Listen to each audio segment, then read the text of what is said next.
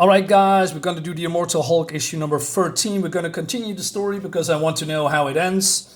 It's a little bit anticlimactic. Well, it's not really the end, but still. We're going to skip all this BS. I mean, we've seen it all before with the same kind of text and lines. So we go right to the meat. And this is the big bad guy, the one below, I think, probably. Or maybe on some kind of an avatar and releases all these monsters and demons on the Hulk, because this is supposedly a form of hell. But, you know, the Hulk is not intimidated because he says the Hulk, right? So, and he thinks he can fight that, but yeah, not really happening. So the reporter wants to help, but of course he can. Her dad, who is dead here, tried to protect her. And then Banner's father, who is, you know, the antagonist here, you know, overseeing the things here, but then Rick Jones, still dead, but can still transform into, what's it called? H-bomb? Something like that. A-bomb. I believe that's his incarnation. And he transforms, but then we see also Crusher Creel and Puck, while they're pondering, you know, about science and about that it's a form of magic because reasons, and that, how do you say, Crusher Creel may be responsible is for, you know, giving him, you know, the keys to the kingdom, speaking of Banner's father, right? Because he's a pawn. Puck, why you say that, you idiot? So he says, it's all on me. So he's confronting Banner's dad, right? He said, Mr. Mask, I remember you. Let me absorb this rock and we'll talk. You're Banner's dad, ain't you? I read it up on you in the joint. See, my old man used to hit me too until I beat the living crap out of him. All right. But then he says, this is a cool one. And now you beat me up, Crusher Creel, the hero at last, the proud fight of evil. Well, take your shot. I love this. If he is a devil, you know, because he's in hell, he's probably a demon now, right? Anyway, moving on to the fight. Rick Jones is getting, I don't know, devoured, I guess, right? Hero's last stand. And it looks all great, all these monsters and, you know, body horror that you are seeing in front of you.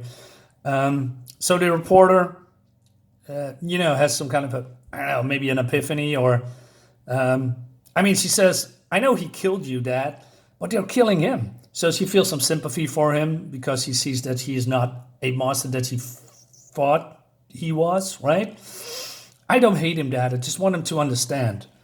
So Crusher Creel decides, says, hey, I'm not going to fight you because I lose. But I know a guy who doesn't. So he touches then this beam of gamma energy, steps into it, absorbs it, and then flies towards the Hulk, and the Hulk is whole again, right? So he's now, well, pretty much invincible, right? But yeah, he's not trying to fight the monsters. So he jumps to where his father is, and he says, well, no, you're not my son. You never were. You're the devil's child, his son. You're the son of the one below all. But aren't you working for that guy, right? Or is it just manipulation? All right. So, and then does, you know, Hulk does this thunderclap, and then he blows the smoke away, you know, the one below all. I believe it's the one below all, but I'm not entirely sure, right? And that's basically the end of it, which is, I find a little bit weird. I mean, if the one below all is I don't know, Satan or pretty powerful demon, that's it. Or maybe he just temporarily closed the portal, I guess. So Dad is dissipating. And then we see Banner. How Banner here comes, maybe it's just a manifestation. I don't know, but they are separate. And Hulk is trying to reason with him. He says, I can close the door, bring us home. But if we are not together, we won't live through that. But Banner says, hey, just let it happen. I don't want to do it anymore. Right? He wants to die. So Hulk says something. I know you looked me away for years. I know I scare you. What I do, what I am. But before any of the others, I was there protecting you. I always protect you. Because I love you, you stupid kid. Somebody has to. Come on home. So Banner accepts, and then we have all this flashbacks again, right? I really don't care about that. It's just words and reusing of images. I think it's lazy, but still, maybe it fits a narrative that I'm not really into. So they were back in the desert, right? And everything is back to normal. And Puck is saying to Creel, hey, do you want to join Gamma Flight? He says, yeah, can my wife go too? Walter Lankowski is objecting, but Puck says, yeah, sure, why not? So then the reporter says, hey, I saw what I saw down there, my dad. I need time to process that. Don't worry, I'm not sending anyone back to jail. I don't know who believe all it anyway. But there's a story here. Everyone who went through to hell is right here, except one man. So where is he? Where did Bruce Banner go? So this is the other guy. What's his name? Oh my God, I forgot this. But he can turn his hands or his body into living weapons. Pretty cool. Watching her. So and then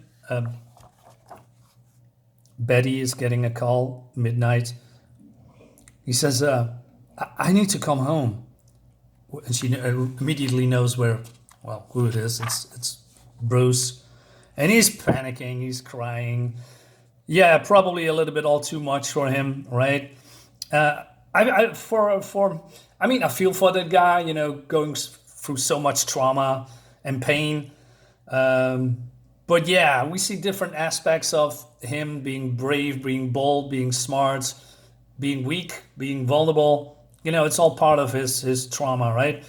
So we're going to take a swing at the next book. So yeah, there was a quick punchy video. It's not everything is perfect. I mean, the Hulk blowing the whole thing away is a little bit cheap. I mean, there's still monsters roaming around, right? Why they are not attacking people and the Hulk? There's thousands of them. What happened to them? If did they disappear? Did they teleport away? I don't know. Anyway, thank you so much for watching. See you next time. Bye-bye.